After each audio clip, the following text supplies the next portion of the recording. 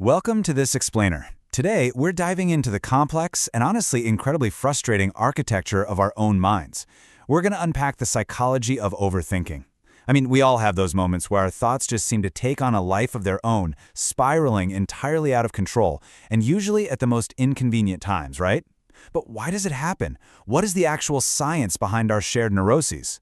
Let's unpack the hidden mechanisms of the brain together and figure out exactly what is going on up there.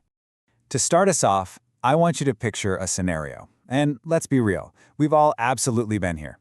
You finally go to bed, you turn off the lights, the house is completely quiet, and you are just staring up at the ceiling.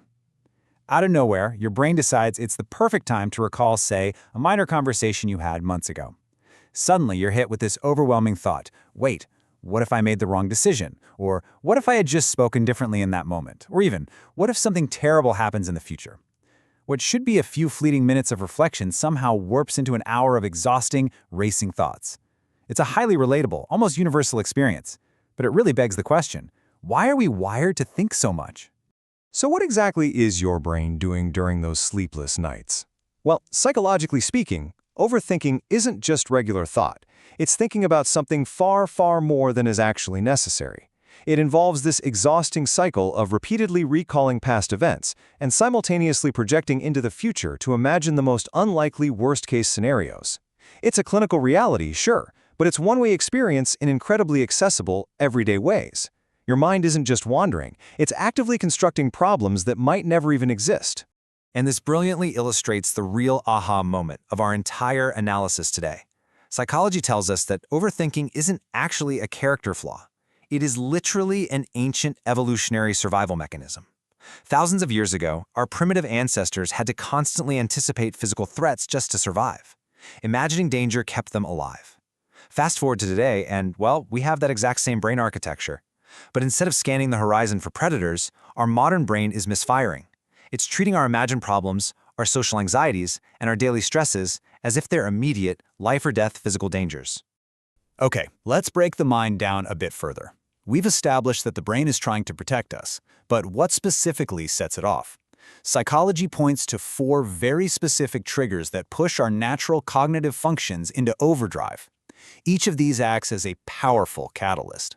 Let's look at exactly how each of these traps us. The first trigger is the fear of uncertainty. Simply put, our brains absolutely despise not knowing the outcome. The human mind craves predictability. When we're faced with an unknown result, the brain interprets that lack of information as a potential threat. And because it has zero tolerance for this uncertainty, it forces you into an exhausting, endless loop of searching for every possible answer. It's kind of like a computer trying to run a simulation with missing data. It just keeps spinning and spinning, trying to fill in the blanks. Which leads us right into trigger number 2, past experiences. Think of your personal history as a deeply protective but sometimes faulty trap. If you've suffered pain or made mistakes in the past, your brain records that data very clearly. So to protect you from ever feeling that specific hurt again, the mind begins to overanalyze the future. It constantly cross-references upcoming decisions with past failures, hoping to prevent a repetition. It means well, for sure, but it anchors you completely to your past mistakes. Interestingly, this third trigger uniquely targets the high achievers among us. Perfectionism. That endless quest for a better way. If you're someone who constantly strives for everything to be flawless, you're going to find yourself trapped in profound hesitation. You'll always be asking yourself, is there a better way to do this? This relentless desire to be absolutely perfect doesn't just slow down your decision-making process, it completely paralyzes it. You end up waiting forever for the perfect choice that frankly simply doesn't exist. And finally, the fourth trigger, anxiety. If you have an underlying foundation of heightened anxiety, it acts like a turbo engine for overthinking. It forces your brain to constantly generate and simulate worst-case scenarios. Instead of hoping for the best, an anxious mind is structurally compelled to visualize the darkest possible outcomes. It's exhausting, because your body is literally reacting to tragedies and disasters that are only happening inside your head.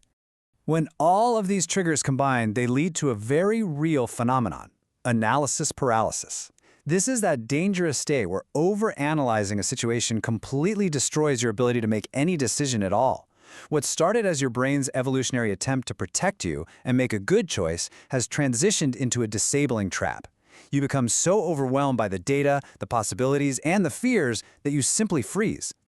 We really need to take seriously the heavy toll this behavior exacts on your daily life. The effects of this are profound, and they cascade. It starts with severe sleep disruptions, going right back to that midnight ceiling staring we talked about earlier. That exhaustion keeps your stress levels chronically elevated, which in turn severely drains your focus during the day because your brain's processing power is tied up in background worries. Eventually, because you can't act, it erodes your self-confidence. You stop trusting your own choices, and ultimately, if left unchecked, this creates long-term negative impacts on your overall mental health. All right, let's shift gears and see how this builds our path forward. I definitely don't want to just leave you with the problem. Fortunately, the psychology of overthinking also provides us with a highly effective cure. We're going to look at a practical 4-step framework you can use to actually rewire how your brain handles stress and regain mental control. Let's look at step 1. Step 1 is straightforward but deeply effective. Write it down. Journaling clears the mental clutter right out of your head and puts it on a paper. You know, when thoughts are just bouncing around your skull, they feel massive and insurmountable. But the act of externalizing them, of forcing your brain to translate those vague anxieties into concrete words on a page, provides immediate relief. Suddenly, those massive, terrifying worries become small, readable, and highly manageable. Moving on to step 2, control what you can. A massive amount of our overthinking is spent obsessing over things we literally have zero power over. What you need to do is logically split your focus.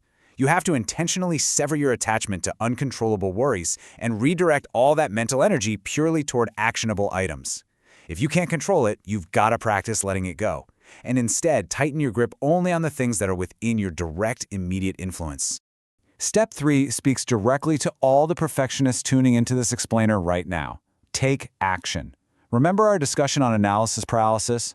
Well, the absolute best way to break the cycle of hesitation is to move. An incomplete or messy action is far, far better than no action at all. Taking a messy, immediate step forward shatters the illusion that you need a flawless plan. It creates momentum, and momentum is the natural enemy of overthinking. Finally, we reach step 4, stay present. Overthinking almost entirely takes place in 2 fictional timelines, a past you cannot change and a worst-case future that hasn't happened yet. By cultivating the habit of staying grounded in the current moment through mindfulness, you rob anxiety of its power. You train your brain to live right now, interacting with the real world in front of you rather than the imagined disasters swirling in your head. I want to leave you with this final crucial distinction. Thinking is not bad, but when thoughts control your life, that is overthinking. It's so important to understand that having a busy analytical mind is not a flaw. Thinking is what makes us human. It solves problems and creates art. But the true danger lies in losing the driver's seat. When your thoughts dictate your sleep, your confidence, and your ability to act, you've crossed the line from thinking into being controlled.